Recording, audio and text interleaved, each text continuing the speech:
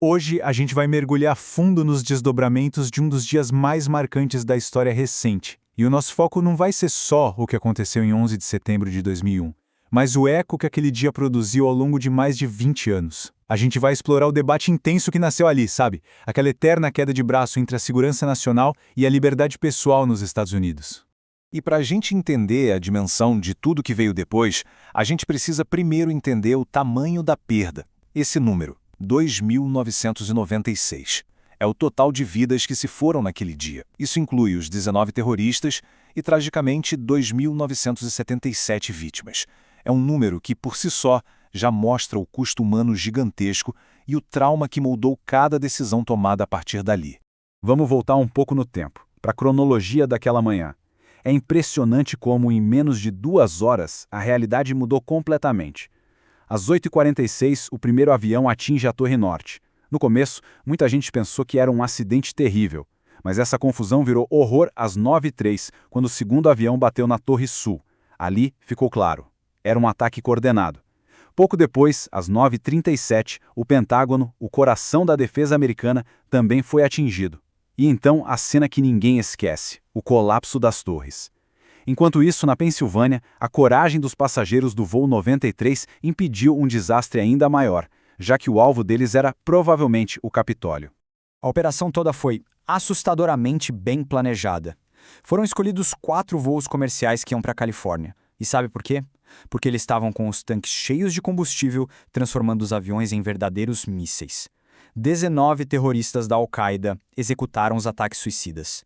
5 em cada um dos 3 primeiros aviões e 4 no voo 93. A escala e a precisão dessa operação deixaram o mundo inteiro em choque. A resposta dos Estados Unidos foi imediata e foi com tudo. O então presidente George W. Bush declarou que ele chamou de guerra ao terror. Isso não era só uma forma de dizer. Era uma campanha global, militar, política, não só contra grupos terroristas, mas também contra os países que davam abrigo a eles. Essa decisão mudou completamente a política externa americana e deu início a conflitos que duram, de certa forma, até hoje. E a resposta não foi só lá fora, não. Dentro de casa, a principal mudança veio com uma lei de nome gigante, o US Patriotic Act, ou Lei Patriota. O nome já entregava a intenção, né? Dar ferramentas apropriadas para o governo interceptar e obstruir o terrorismo. Na prática, isso significou uma expansão gigantesca da capacidade do governo de monitorar tudo, e-mails, telefonemas, de conduzir investigações, alterando de forma drástica as leis do país. E é exatamente aqui que a gente chega no ponto central, na pergunta que definiu toda a era pós-11 de setembro. Quanta liberdade se deve abrir mão para ter mais segurança? Esse dilema virou o centro de um cabo de guerra constitucional, social, que na verdade nunca acabou. De um lado, a necessidade de proteger o país. Do outro, a obrigação de proteger os direitos e as liberdades individuais. Alguns analistas constitucionais dividiram esse debate em 2 grandes grupos, com nomes bem diretos: os complacentes e os alarmistas. De um lado, os complacentes defendiam um poder executivo forte. Para eles, as novas medidas, como a Lei Patriota, eram não só necessárias, mas prudentes diante da ameaça. Do outro lado, os alarmistas soavam um alarme, claro. Eles temiam que as liberdades civis estivessem sendo destruídas e alertavam para o risco de um estado de vigilância permanente, de prisões sem o devido processo legal. Essa polarização marcou o debate por anos. E aqui tem um ponto que é fundamental entender. A resposta a 11 de setembro não foi temporária. Não foi algo do tipo, vamos criar essas regras para essa crise e depois a gente volta ao que era antes. Não. O que aconteceu foi uma mudança permanente na relação entre o governo e as pessoas. Foi a criação do que muitos analistas chamam de um novo normal. Mas como era a estrutura desse novo normal na prática? Bom, instituições muito poderosas foram criadas. O Departamento de Segurança Interna, o DHS, por exemplo, que juntou dezenas de agências debaixo de um único guarda-chuva.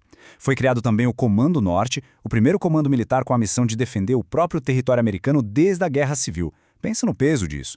E claro, a vigilância foi ampliada com programas de mineração de dados, que é basicamente analisar um volume absurdo de informações digitais procurando por padrões suspeitos. Até a justiça mudou o foco, de reagir a crimes para tentar preveni-los, muitas vezes sacrificando garantias legais no processo. Essa citação aqui, olha, ela resume a mudança de pensamento de forma perfeita. Historicamente, guerras tinham começo, meio e fim. Tinham um tratado de paz, uma rendição. Mas a guerra ao terror, ela é contra uma rede, não contra um país.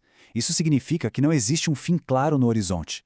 E o resultado disso é que o estado de exceção, aquele momento em que o governo assume poderes extraordinários, corre o risco de virar a regra, de se tornar permanente. E aqueles sacrifícios de liberdade que pareciam temporários podem acabar se tornando parte da sociedade para sempre. E tudo isso nos deixa com uma reflexão final, uma pergunta que, na verdade, ainda está sem resposta. Em momentos de crise, qual é o equilíbrio certo entre segurança e liberdade? Até onde um governo pode ir para proteger seu povo? E onde fica a linha que não pode ser cruzada para que os princípios de uma democracia sejam preservados? Esse debate, que começou de forma tão intensa depois do 11 de setembro, continua totalmente inacabado e é, sem dúvida, um dos maiores desafios das democracias hoje em dia.